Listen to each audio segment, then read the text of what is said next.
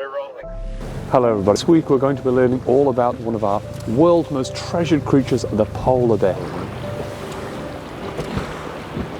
Here in the Arctic Circle, it is facing some of the hardships due to climate change and the lack of sea ice. But this week we're going to research how it lives, its habitat and its biome. And we are very lucky indeed because there is a polar bear right over our shoulder. If you just take a look here, you can see him taking a walk on the ice. Now this polar bear is walking on the ice and probably looking for some prey, maybe a seal or a seal cub. Now you might be thinking, how can a polar bear survive in such cold temperatures as -10 to -40? Well, the polar bear is actually a marine animal and does very well surviving in these cold temperatures. It's actually covered with a lot of blubber, which keeps all its internal organs very, very warm indeed.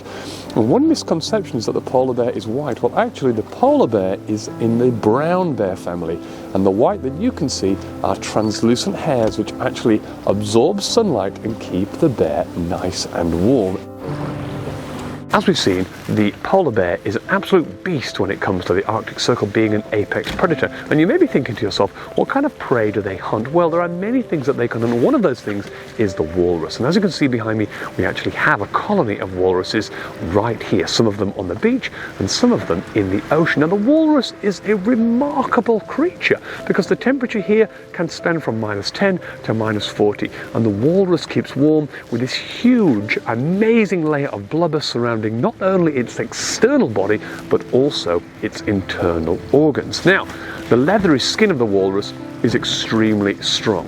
In fact, impenetrable even to the mighty polar bear. So, how does the polar bear manage to hunt these beasts? Well, the polar bear, using its stealthy technique, will sneak upon the colony, causing them to charge and stampede, and unfortunately, sometimes crushing the babies. And this is what the polar bear will then seize upon as a tasty snack to get it through the day. Let's have a look at the walrus in action.